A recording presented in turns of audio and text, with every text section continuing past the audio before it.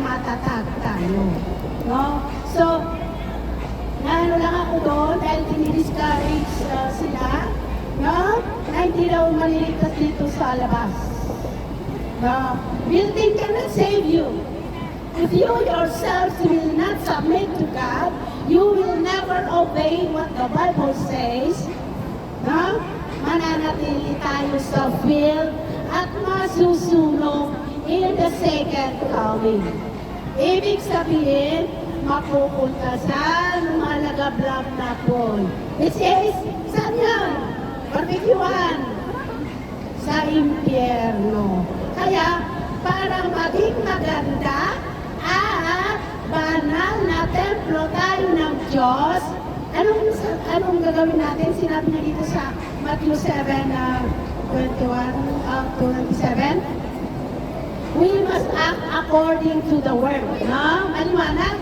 When we obey, when we act according to the word, we are building our foundation upon the rock, which is Jesus Christ. When we disobey, at ginagawa natin ang nais lang ng ating laman, we are foolish na sabi dito. No? We are like a foolish builder building our house in the sun. No? Kaya sabi na dito, kailangan natin ang pundasyon ay si Kristo dahil kahit sinasabi natin na anak tayo ng Diyos, maraming storm, maraming pagsubok na darating sa ating buhay.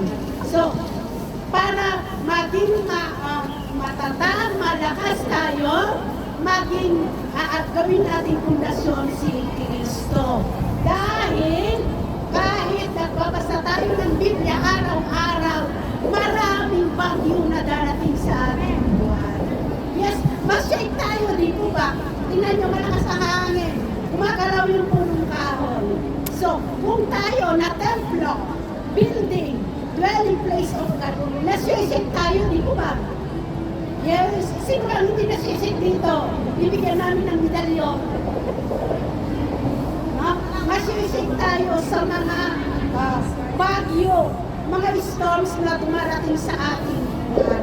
But if Jesus is the foundation of our temple, foundation natin, masig tayo pero hindi tayo babagsak.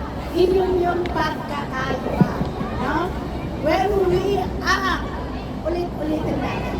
When we act or when we obey the word of God, the word of Jesus, we are building our holy temple upon the rock, which is sina? Si Jesus Christ. So maliwanag, kung sumusuway tayo, ibig sa maliwanag, pinagpapatayo tayo ng templo o house saan? Kadaratan. So, pag yung kadaratan sa buhangin, konti lang, di ba may yanod? Madaling ma-shake, madaling ma-wash out. No? Ang rock ba, pag malakas yung tubig, pag malaki yung rock, naianod ba? Ha? Nananatili doon, di ba? So, ganun tayo. Marami man tayong storm sa buhay. Hampasin man tayo ng malakas na alon. Kung ang pundasyon natin si Kristo, no? Nakatayo ka pa rin, di ba ba? No? Iiyak ka, yes.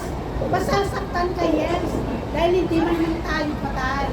Pero saglit lang yun. No?